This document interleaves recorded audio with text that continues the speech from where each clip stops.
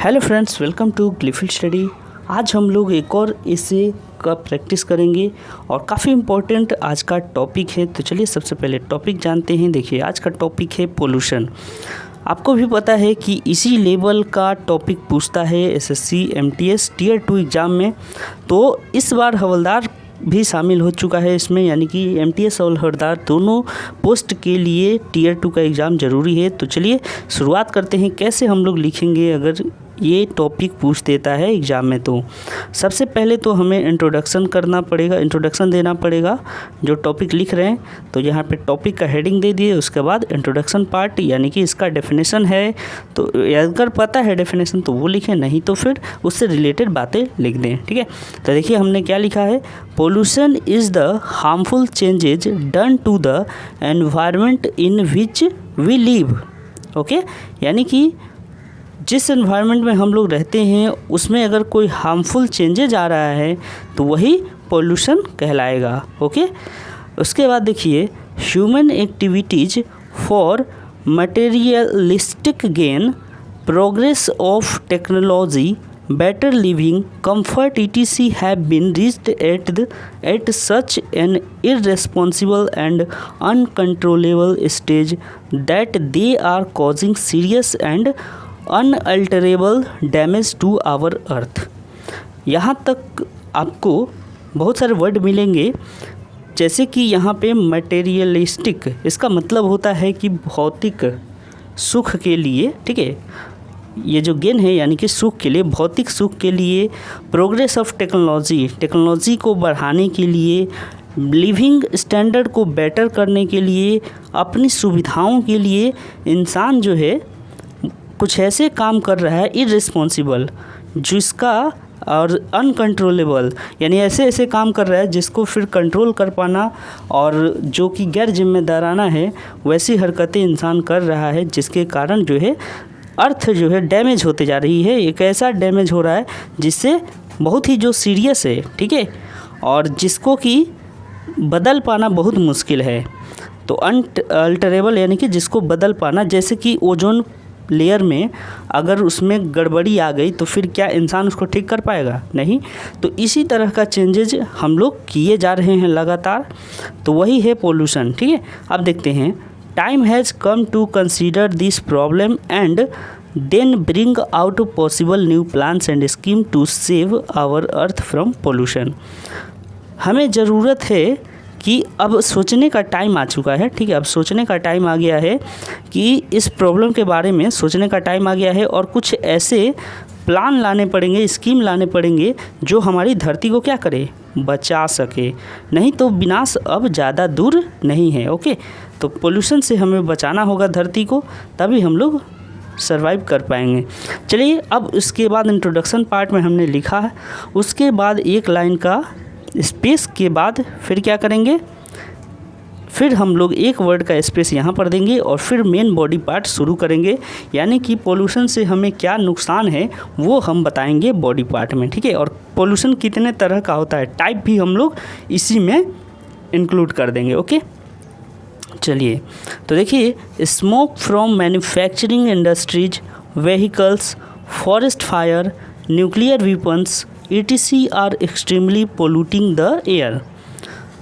The amount of carbon dioxide and sulfate is also increasing rapidly due to excessive amount of smoke coming out of vehicles and industries। तो जैसा कि हम लोग जानते हैं कि स्मोक यानी कि धुआं कहाँ से निकलता है, मैन्युफैक्चरिंग इंडस्ट्री से निकलता है, व्हीकल से निकलता है, फॉरेस्ट फायर से निकलता है, न्यूक्लियर वेपन। आजकल तो न्यूक्लियर मतलब कि जितने भी पावरफुल कंट्रीज़ हैं वो क्या कर रही हैं, हम एक दूसरे से कम क्यों रहें, और न्यूक्लियर वेपन लगातार इनका बढ़ा रही हैं, लगातार नए इन पर शोध हो रहा है ताकि अपना पावर बढ़ाया जा सके। तो ये सब जो हैं क्या कर रहे हैं, हमारे एयर को पोल्यूट कर रहे हैं, उनसे निकलने वाले धुएं।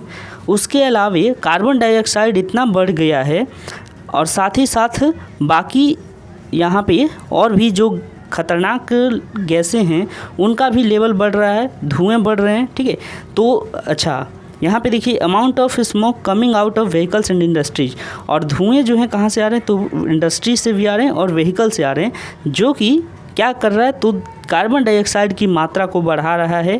इसके अलावा हानिकारक गैसेस, ठीक है, यहाँ पे सल्फेट है, सल्फेट को आप हटा के हानिकारक गैसेस कर सकते हैं, ठीक है, जो कि डेंजरस हैं, तो उनका लेवल बढ़ रहा है। उसके कारण हम लोग का क्या हो रहा है, धरती का काफ़ी नुकसान हो रहा है।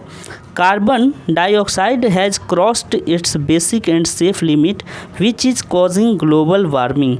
तो आपने भी पढ़ा होगा और सुना होगा कि ग्लोबल वार्मिंग बढ़ रहा है। तो इसका कारण क्या है, कार्बन डाइऑक्साइड सबसे बड़ा कारण है, बाकी और भी गैसेस हैं जो कि ग्लोबल वार्मिंग के लिए जिम्मेदार हैं, लेकिन कार्बन डाइऑक्साइड का जो एक बेसिक लेवल होता है, सेफ लिमिट होता है, वो क्या हो रहा है, अब पार हो रहा है। तो धीरे धीरे इसमें बदलाव आने से क्या होगा, ग्लोबल वार्मिंग बढ़ेगा और तापमान बढ़ेगा, जिसके कारण हम लोग का जीवन संकट में पड़ेगा। ओके, तो पोल्यूशन में और क्या क्या चीज़ें ऐड कर सकते हैं, चलिए आगे देखते हैं। The glacier and icelands are melting at a considerable rate. तो लगातार इनमें जो है बदलाव आ रहे हैं, ग्लेशियर पिघल रहे हैं, आइसलैंड पिघल रहे हैं, बर्फ़ के जो बड़े बड़े गोले हैं वो पिघल रहे हैं। तो इनसे क्या हो रहा है कि पानी का लेवल बढ़ रहा है और जो ज़मीन है वो धीरे धीरे पानी में डूबते जाएगा, अगर इसी तरह ये बढ़ता रहा तो, ठीक है। अब देखिए आगे, soil is polluted with chemicals, nuclear reactions, radio active waste and other harmful compounds which are making it unfertile. तो सोइल जो है ये भी पोल्यूट हो रहा है, किसके कारण, केमिकल्स के कारण और बाकी सारी वेस्ट्स के कारण, ठीक है। बहुत सारे वेस्ट प्रोडक्ट ऐसे हैं जो पोल्यूशन को बढ़ा रहे हैं। कौन सा पोल्यूशन, सॉइल पोल्यूशन को, सॉइल को ख़राब कर रहे हैं और इनका जो फर्टिलिटी है उसको कम कर दे रहे हैं। ये अनफर्टाइल यानी कि अनुपजाऊ हो जा रही हैं ये ज़मीनें, ठीक है। आगे देखिए, noise pollution is increasing due to increasing electronic gadgets and machines. आप भी देख रहे हैं कि नए नए तकनीक के कारण नई नई मशीनें बन रही हैं, नए नए गैजेट्स बन रहे हैं, जो क्या कर रहे हैं, साउंड पोल्यूशन को बढ़ावा दे रहे हैं। अब नया नया गेम पबजी क्या क्या गेम है, फ्री फायर, इन सब में जो धड़ाधड़ गोलियां चलाते हैं, इनसे क्या निकल रहा है, साउंड पोल्यूशन हो रहा है। जो व्यक्ति खेल रहा है उसको तो मज़ा आ रहा है, लेकिन उसके आसपास कोई बैठा है, कोई सोया है, कोई पढ़ रहा है, तो उनको कितना डिस्टर्ब होता है। तो यही सब है साउंड पोल्यूशन। ओके, चलिए, यानी कि नॉइज़ पोल्यूशन। आगे अगर बढ़ें तो अब देखिए, trees and forest are being cut down more than they are grown. जितने पेड़ उगाए नहीं जा रहे हैं उनसे ज़्यादा तो काट दिए जा रहे हैं पेड़ और जंगल को। All these factors cause an imbalance in the ecosystem. और ये सारे फैक्टर जो हैं वो हमारे इकोसिस्टम में क्या कर रहे हैं, एक असंतुलन, ठीक है, असंतुलन, इम्बैलेंस क्रिएट कर रहे हैं, जिससे कि मतलब ग्लोबल वार्मिंग जो है वो बढ़ेगा और उसके बाद हम लोग खतरे में आ जाएंगे। तो हमारा इकोसिस्टम ही पूरा खतरे में है। अब इसको बचाने का क्या उपाय है, कैसे हमें इसे बचाना चाहिए और क्या बचाने का उपाय कर सकते हैं। तो एक लाइन का स्पेस देने के बाद, फिर यहाँ पर एक वर्ड का स्पेस देने के बाद हम लोग फिर से यहाँ स्टार्ट करेंगे कंक्लूजन। ओके, कंक्लूजन में क्या लिख सकते हैं, appropriate and immediate steps need to be taken for mass awareness about these pollutions and try to find a suitable solution to the problem। तो ये जो समस्या है इसको ख़त्म करने के लिए सबसे पहले तो हमें मास लेवल पर, बड़े लेवल पर क्या करना होगा, अवेयरनेस क्रिएट करना होगा। हम लोग को जागरूकता जगाना होगा, लोगों को जागरूक बनाना पड़ेगा कि आप जो भी काम कर रहे हैं उसमें देख लें कि प्रकृति का तो कोई नुकसान नहीं, हमारे वातावरण का तो कोई नुकसान नहीं, ठीक है। तो जब तक जागरूकता नहीं आएगी तब तक लोग जो है इस बात को समझेंगे नहीं और पोल्यूशन फिर कम नहीं होगा, ठीक है। तो सबसे बेस्ट जो है जागरूकता लाना लोगों के बीच में। उसके बाद more trees should be planted and care should be taken that less forest and green gardens are cut down to make space for houses and industries or to obtain the forest products। कहने का मतलब है कि ज़्यादा से ज़्यादा हमें क्या करनी चाहिए, पेड़ लगाने चाहिए और उनकी देखभाल करनी चाहिए।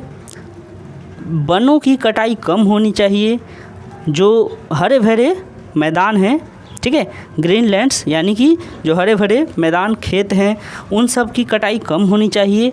और किस लिए लोग काटते हैं इसको काटते हैं स्पेस बनाने के लिए, घर बनाने, इंडस्ट्री बनाने के लिए उनको स्पेस मिले, इसलिए वनों की लगातार कटाई हो रही है। इसको रोकना चाहिए, ठीक है।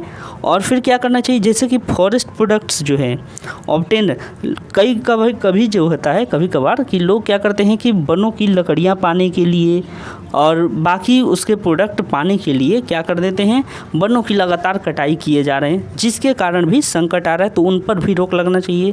The renewable resources of energy like wind, water, sea waves etc should be utilised. तो हम लोग जितना ज़्यादा पोल्यूशन फ्री एनवायरनमेंट रखेंगे उतना ही हमारे लिए भलाई है। तो क्या करना होगा, जैसे कि आपने सुना होगा कि इलेक्ट्रिसिटी जो है कोयले से बनती है, तो अगर हम इलेक्ट्रिसिटी या फिर कोई भी एनर्जी के सोर्स में इन सब को यूज करें, जैसे विंड है ये तो नेचुरल है तो इससे पोल्यूशन नहीं होता, वाटर है इससे भी पोल्यूशन नहीं होता, तो इन सब को एनर्जी के फॉर्म में हमें बदलना चाहिए और इसका यूज करना चाहिए। ओके, नेक्स्ट अगर बात करें तो everyone will have to come together and take instantaneous action to save our earth or one day it will become inhabitable। तो इसका मतलब हो गया कि हम सबको एक साथ आकर इस पर एक्शन लेना होगा ताकि हमारा धरती बचा रहे, नहीं तो एक दिन ऐसा आएगा कि हम लोग इस पर रहने लायक नहीं रह जाएंगे, ठीक है, यानी कि हमारे रहने योग्य नहीं रह जाएगा। तो उम्मीद है कि आप सब भी इस टॉपिक को गहराई से समझे होंगे और ज़रूर आपसे भी निवेदन है कि आपके पास स्पेस है तो एक पेड़ ज़रूर लगाएं। वह पेड़ आज आपको तो फ़ायदा ना देगा लेकिन 10 साल बाद, 20 साल बाद आपके बच्चों, आपके नाती पोतों को ज़रूर काम आएगा। इसीलिए आपसे रिक्वेस्ट होगा कि आप एक पेड़ ज़रूर लगाएं और जितना ज़्यादा हो सके अपनी धरती को बचाने का प्रयास करें। उम्मीद है आपको ये टॉपिक पसंद आया होगा और इस टॉपिक से आपको बहुत कुछ सीखने को भी मिला होगा। तो चलिए मिलेंगे हम लोग अगले वीडियो में। किसी तरह का कोई प्रॉब्लम है तो ग्रुप में, टेलीग्राम ग्रुप से आप जुड़कर अपने क्वेश्चन पूछ सकते हैं, वहाँ पे बहुत सारे मेंबर हैं, कोई ना कोई आपको जवाब दे देगा। और बाकी चीज़ों के लिए आप बाकी यहाँ पे जितने भी प्लेटफॉर्म हैं यहाँ पर जुड़ सकते हैं, यहाँ पर आपको बेस्ट चीज़ें ही मिलेंगी, ठीक है। इनमें किसी तरह का बेकार का कोई भी पोस्ट नहीं डाला जाता है। और PDF पाने के लिए आप वेबसाइट पर रेगुलर विजिट करते रहें। बाकी चीज़ों के लिए आप चैनल से भी बने रहें। थैंक यू, मिलेंगे अगले वीडियो में, तब तक के लिए अपना ख्याल रखें। Thank you.